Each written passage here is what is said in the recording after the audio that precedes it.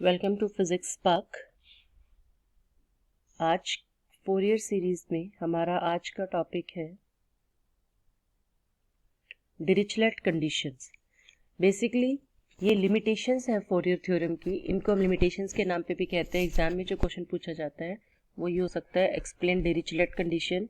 Dirichlet एक scientist था, और you can say limitations of Fourier theorem. अब फोरियर थ्योरम की हम बात करें तो फोरियर के बारे में हम पढ़ चुके हैं कि कोई भी एक फंक्शन है एफ टी या एफ एक्स, उसको हम नोट कर सकते हैं A naught plus summation N is equal to 1 to infinity A N cos N X plus B N sine N X. ये आपके पास फोरियर सीरीज है।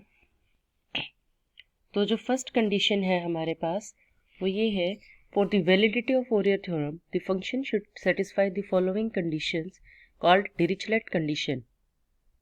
तो फर्स्ट कंडीशन क्या है हमारे पास, the function F T should be single valued, that is it should have only one value for a given value of T. कि function की किसी भी एक पर्टिकुलर पॉइंट पे एक ही वैल्यू होनी चाहिए, एक से ज़्यादा वैल्यू इसकी नहीं होनी चाहिए। सपोज करो, अगर हम एक एग्जांपल देखते हैं, हम एक फंक्शन ड्रॉ करते हैं लाइक दिस।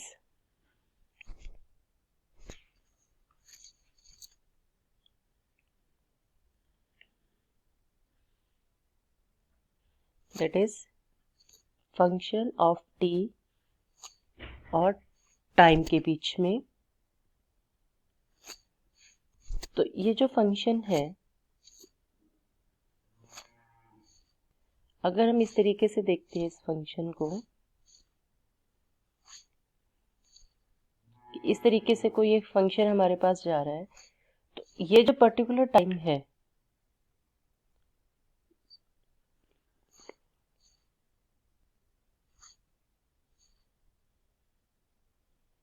ये जो पर्टिकुलर लाइन है हमारे पास, that is at point T not.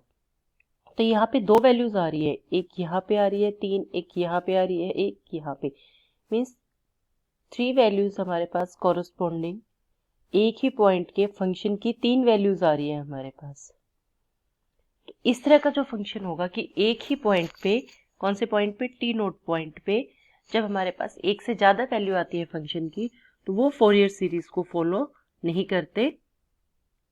In this figure the function F T has 3 values at around T note. Second condition is the complex function F T should have finite value, that is it should not have infinite value at any place. कि function जो होना चाहिए, कोई भी जो function है, उसकी infinity value नहीं होनी चाहिए कहीं पर भी, एक फिक्स वैल्यू, एक फाइनाइट वैल्यू होनी चाहिए। इसमें भी अगर हम एग्जांपल देखें, हम अगर इस तरीके से एक फंक्शन ड्रॉ करें, यहाँ पे एक फंक्शन है, यहाँ पर टाइम है। अब अगर ये फंक्शन इस तरीके से जा रहा है, यहाँ पर ये फंक्शन गया, ठीक है। अब ये फंक्शन कुछ इस तरीके से है हमारे पास।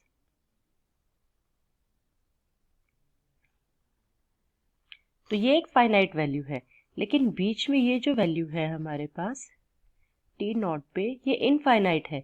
क्योंकि देखो, इसके कॉरेस्पॉन्डिंग ये फंक्शन यहाँ तक गया, ये फंक्शन यहाँ तक है, लेकिन बीच में जो गैप है, मतलब फंक्शन के बीच में कोई गैप नहीं होना चाहिए, कोई कट नहीं होना चाहिए। फंक्शन क्या होना चाहिए, लगातार होना चाहिए। अगर बीच में हो जाएगा तो ये फंक्शन की वैल्यू क्या हो जाएगी, इन्फिनिटी हो जाएगी। तो टी नोट पे इसकी जो वैल्यू है वो क्या है, इन्फिनिटी है। और this is not for Fourier series की, मतलब इस तरह का कोई फंक्शन होगा तो उसको हम फोरियर सीरीज की हेल्प से सॉल्व नहीं कर सकते। In this figure F T has infinite value at T naught. अब अगर हम बात करते हैं थर्ड की, the function F T should have a finite number of discontinuities and a finite number of maxima and minima in the least period. कि जो given period होता है, जो गिवन फंक्शन होती है, उसमें मैक्सिमा और मिनिमा की फाइनाइट वैल्यूज होनी चाहिए, इनफाइनाइट वैल्यू इसमें नहीं होनी चाहिए। अब अगर हम इसमें देखते हैं इस तरीके से,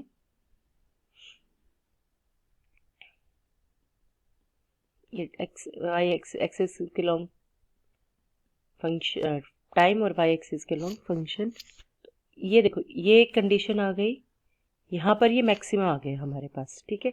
लेकिन अब अगर हम यहाँ से देखें, इस तरह का कोई फंक्शन हो, कि एक मैक्सिमा हमारे पास यहाँ से आ गया,